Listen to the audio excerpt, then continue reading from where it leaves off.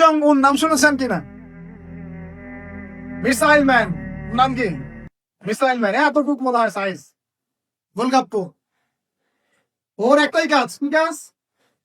Missile মারা। কেন বানাবে? কারণ সে জানে এই ওয়ার্ল্ডে সে সবচেয়ে বেশি শক্তিশালী, যার কাছে মিসাইল। বলেন 50 বছরে কয়টা বানাইছি আমরা? হ্যাঁ বলেন। আচ্ছা বাদ দেন। এই ওয়ার্ল্ডে সবচেয়ে শক্তিশালী তারাও যাদের প্রযুক্তি আছে, প্রযুক্তি, তথ্য, ডাটা, প্রযুক্তি। এই ওয়ার্ল্ডে এখন ডাটা বা প্রযুক্তির যুদ্ধ চলছে। মাঝে মাঝে দেখেন না, বড় বড় কান্ট্রি কিছু বড় বড় কোম্পানি হ্যাক হয়ে যায়। মানে কি, এরা যত প্রযুক্তি নিয়ে নিতে পারে, হ্যাক করতে পারে, তারা আরো বেশি ডাটা পায়, ইনফরমেশন পায়। ইনফরমেশন নিয়ে যুদ্ধ হচ্ছে এখন। বলেন তো আমাদের ইনফরমেশন কত এখন?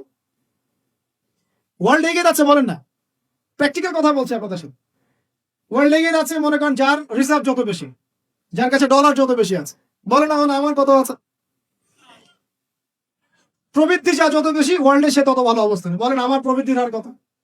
এখানে আমি কোন দলের পক্ষে বিপক্ষে বলতে আসিনি, আমি আমার এজ এ সাধারণ মানুষ কথা বলছি। যেই থাকুক বলে, এখন ইম্পর্টেন্ট সেক্টর গুলোতে উন্নতি করতে হবে কিনা? এখন কথা বেশি বলবো না কাজ বেশি বলবো? বাস খালি কাজ হবে ইনশাআল্লাহ। আল্লাহ যাদেরকেই দায়িত্ব দেখ না কেন, তারা যেন কাজ করার তৌফিক অর্জন করে। আমরা আমাদের শ্রম দিয়ে, মেধা দিয়ে আমরা জাতিকে সাহায্য করবো ইনশাআল্লাহ।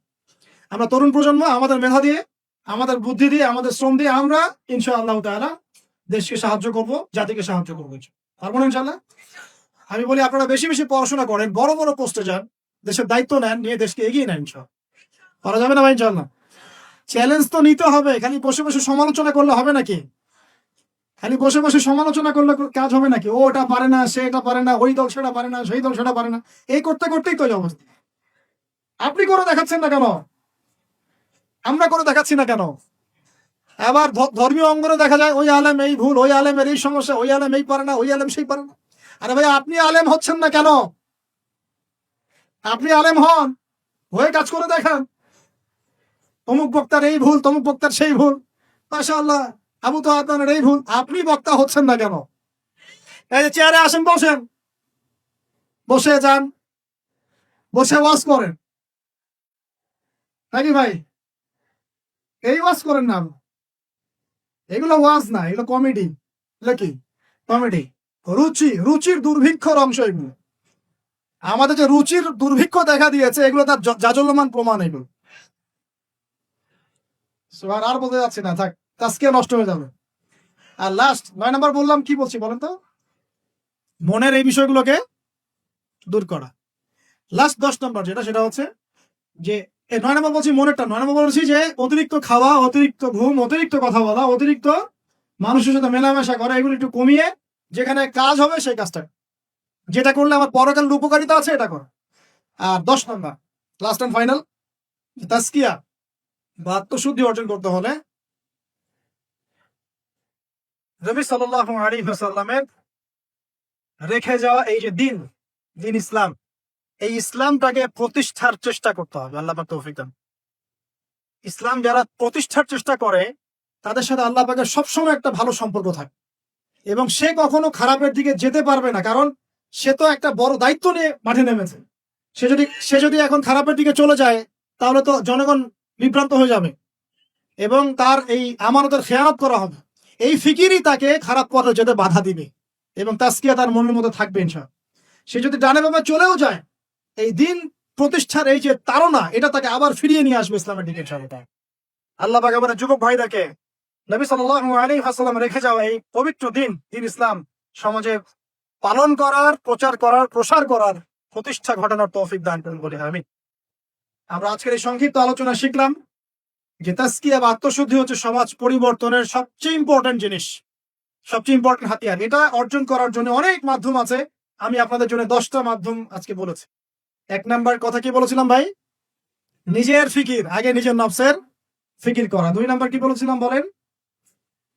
হ্যাঁ, নিজের পরিবারের মধ্যে ইসলাম কায়েম করা। মাশাআল্লাহ। 3 নাম্বার কি বলেছিলাম? হ্যাঁ, কোরআনুল কারীম তেলাওয়াত। কোরআনুল কারীম তেলাওয়াত করার কথা বলেছি। 4 নাম্বার কি বলেছি?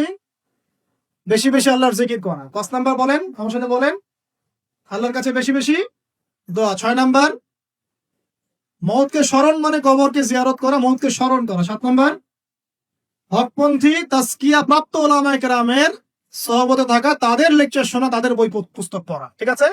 8 নাম্বার কি বলেছে বলেন? হ্যাঁ হ্যাঁ, মনের মধ্যে যত রকম হিংসা, বিদ্বেষ, রিয়া এগুলো আছে, এগুলো সব কি করতে হবে? পরিহার করতে হবে। 9 নাম্বার, 9 না 8 হবে? 9 নাম্বার। বেশি কথা, বেশি খাওয়া, বেশি ঘুম, ইভেন বেশি সহবাস, এগুলো ত্যাগ করতে হবে। আল্লাহ ত্যাগ করুন। এটাই হালালের কথাই বললাম, হারাম তো বাহার। হারামের যদি চোখ থেকে থাকে আল্লাহর ওয়াস্তে তওবা করেন, কারণ জিনার সাথে সম্পৃক্ত কোনো ব্যক্তির দ্বারা দিনের একামত সম্ভব নয়। জিনা করলেই মনে নূর চলে যাবে।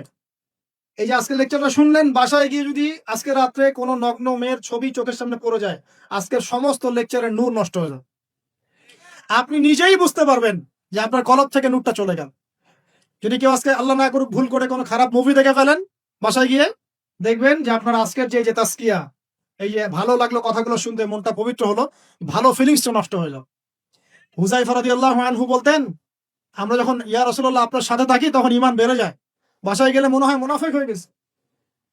তো আর বাসায় গিয়ে যদি আমরা খারাপ কাজে লিপ্ত হয়ে যাই, এই নূর তাসকিয়াটা নষ্ট হয়ে যাবে। আল্লাহ পাক আমাদেরকে বোঝার তৌফিক দেন। আর সর্বশেষ সবচেয়ে ইম্পর্টেন্ট, লাস্ট এন্ড ফাইনাল হচ্ছে নবীর রেখে যাওয়া দিন। নবীকে ভালোবাসেন কিনা ভাই? আল্লাহ নবীকে ভালোবাসেন কিনা? নবী কি এখন আছেন? আচ্ছা, নবী সাল্লাল্লাহু আলাইহি ওয়াসাল্লামের রেখে যাওয়া সুন্নত কি আছে? তার উপর নাজিল হওয়া কোরআন কি আছে? তার দ্বীন ইসলামটা আছে কি? না মিটে গেছে? সেই আল্লাহ কি আছেন না নাই? আচ্ছা, আল্লাহ পাক আছেন, তার কিতাব আছে, তার নবীর সুন্নত আছে, তার দ্বীনও আছে। এই দ্বীন পালন করা, প্রচার প্রসার করা, প্রতিষ্ঠার দায়িত্ব কার? কাদের? বাঘ ভাল্লুক করবে? গরু ছাগল করবে? না আমরা যদি সত্যিকারের আশিক রাসূল হয়ে থাকি, আমরা দিন প্রতিষ্ঠা করবো, চেষ্টা করব। প্রতিষ্ঠা মানে কি? আপনার যা আছে তাই দিয়ে দিনকে সাহায্য করা। জমি আছে, একটা মাদ্রাসা করেছেন, দিনের জন্য করলেন, মাশাল। এতিমের দায়িত্ব নিয়েছেন 10টা, দিনের জন্য করলেন। একটা মসজিদ করেছেন, দিনের জন্য করলেন। একটা বই লিখেছেন, দিনের জন্য। লেকচার দিয়েছেন, দিনের জন্য। খুতবা দিয়েছেন, দিনের জন্য। একটা অ্যাসোসিয়েশন করেছেন, দিনের জন্য করেছেন। দিনের উপকার আসে এমন যে কোনো কিছুই আল্লাহর পথের জিহাদ, ইনশাআল্লাহ। আল্লাহ পাক আমরা সবাইকে দিনের জন্য দাওয়াত এবং জিহাদের তৌফিক দান করুন বলি আমিন।